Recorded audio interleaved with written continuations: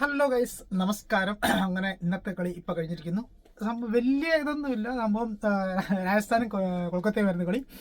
രാജസ്ഥാൻ 8 പൊട്ടി. 8 പറഞ്ഞാൽ വെറും ഒരു ചേസ് പോലെ അല്ലെങ്കിൽ പൊരുതാൻ പോലും നിൽക്കാതെ ഫസ്റ്റ് ബാറ്റിംഗ് രാജസ്ഥാനായിരുന്നു. പക്ഷേ രാജസ്ഥാൻ വലിയ സ്കോറൊന്നും അടിച്ചൊന്നുമില്ല. രാജസ്ഥാൻ അടിച്ചു വെച്ച് 151 റണ്ണേ അടിച്ചുള്ളൂ. 9 പോയി. തിരിച്ച് അവർ ചേസ് ചെയ്തു. അവരുടെ 2 വിക്കറ്റേ പോയുള്ളൂ. കൊൽക്കത്ത 8 വിക്കറ്റിന് കളി വെച്ചു. കൊൽക്കത്ത ജയിച്ചു, സിമ്പിളായിട്ട് ജയിച്ചു. വലിയ ഇതൊന്നുമില്ല, ഒരു നോർമൽ കളി പോലെ പോയി.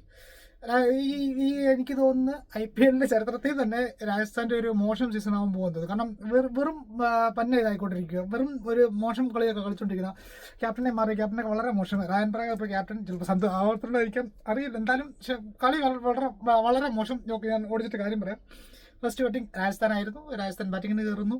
വലിയ അടി ഓടിച്ചത് ജയ്സൂർ 24 ബോളി 29, പരാഗ് 15 ബോളി 25, സഞ്ജു 11 ബോളി 13, ജുറേൽ 28 ബോളി 33. പിന്നെ അവസാനം ക്ലൈമാക്സിൽ വന്നിട്ട് ജോഫ്ര ആർച്ചർ 7 ബോളി 16. ഇത്രേ അടിച്ചുള്ളൂ. അവരെ 150 റണ്ണേ അടിക്കാൻ പറ്റുള്ളൂ, കൂടുതലും അടിച്ചൊന്നുമില്ല. 9 പോയി. പിന്നെ കൊൽക്കത്ത എറിഞ്ഞ എല്ലാവർക്കും വിക്കറ്റ് കിട്ടി. ഇതിപ്പം ചക്രവർത്തിക്കാണെങ്കിൽ 2 വിക്കറ്റ് കിട്ടി. 4 ഓവർ 17 റണ്ണ് ചക്രവർത്തി കൊടുത്തുള്ളൂ. പിന്നെ വൈഫിന് 4 ഓവർ 33 റണ്ണ് കൊടുത്ത് 2 വിക്കറ്റ് ഇട്ടു. സ്പെൻസർ ജോൺസൺ ഓസ്ട്രേലിയയുടെ, അവൻ 1 വിക്കറ്റ് ഇട്ട് 42 റണ്ണ് കൊടുത്തു. ഹർഷിത് റാണ 2 വിക്കറ്റ് ഇട്ട് 36 റണ്ണ് കൊടുത്തു. മോയിൻ അലി ഇംഗ്ലണ്ടിന്റെ 2 വിക്കറ്റ് ഇട്ടു 23 റണ്ണ് കൊടുത്ത്. 5 പേര് എറിഞ്ഞു, 4 ഓവർ 5 പേര് എറിഞ്ഞു എല്ലാത്തിനും വിക്കറ്റ് കിട്ടുകയും ചെയ്തു. മറുപടി ബാറ്റിംഗ് തുടങ്ങി. കൊൽക്കത്ത ബാറ്റിങ്ങിന് തുടങ്ങി. ക്വിന്റൻ ഡി കോക്ക് സൗത്ത് ആഫ്രിക്കയുടെ 8 അലക്കാൻ തുടങ്ങി. അലക്കെന്ന് പറഞ്ഞാൽ കിണ്ണം പാച്ച അലക്ക്. 61 പന്തിൽ നിന്ന് 97 റണ്ണടിച്ചു.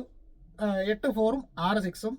അപ്പം തന്നെ ഏകദേശം, കാരണം വലിയ സ്കോറില്ലല്ലോ, അപ്പം തന്നെ ഏകദേശം ഇതായി. പിന്നെ റഹാന 15 ബോളി 18. പിന്നെ മോയിൻ അലി സ്റ്റാർട്ടിങ് തുടക്കത്തിലേ അങ്ങ് പോയി. പിന്നെ രഘുവംശി തന്നെ പുതിയ ഏക്കനുണ്ടായിരുന്നു, അവൻ 17 ബോളി 22. ക്വിന്റൻ ഡി കോക്കും രഘുവംശി നോട്ട് ഔട്ടായിരുന്നു. ബാക്കി മോയിൻ അലിയും റഹാനയും ഔട്ടായി.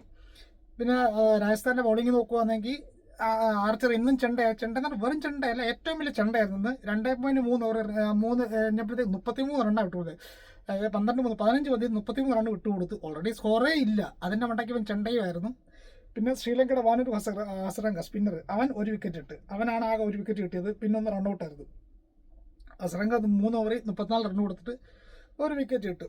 അങ്ങനെ എന്തായാലും ചുരുക്കം പറയുകയാണെങ്കിൽ ഇന്ന് കൊൽക്കത്ത ജയിച്ചു, രാജസ്ഥാൻ 8 പൊട്ടി.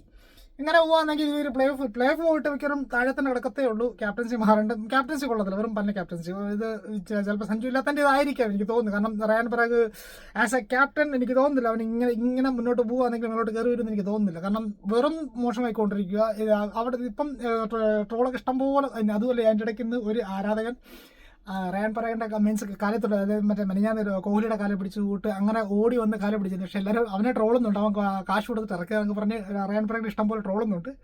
എനിവേ, എന്തായാലും ഞാൻ കൂടുതൽ ഇതിലാകാക്കുന്നില്ല. അങ്ങനെ രാജസ്ഥാൻ 8 പൊട്ടി. കൊൽക്കത്ത ജയിച്ചു, 8 വിക്കറ്റിന് ജയിച്ചിരിക്കും. അപ്പോൾ ശരി, നാളെ വീണ്ടും കാണാം. മസലം, ബൈ ബൈ.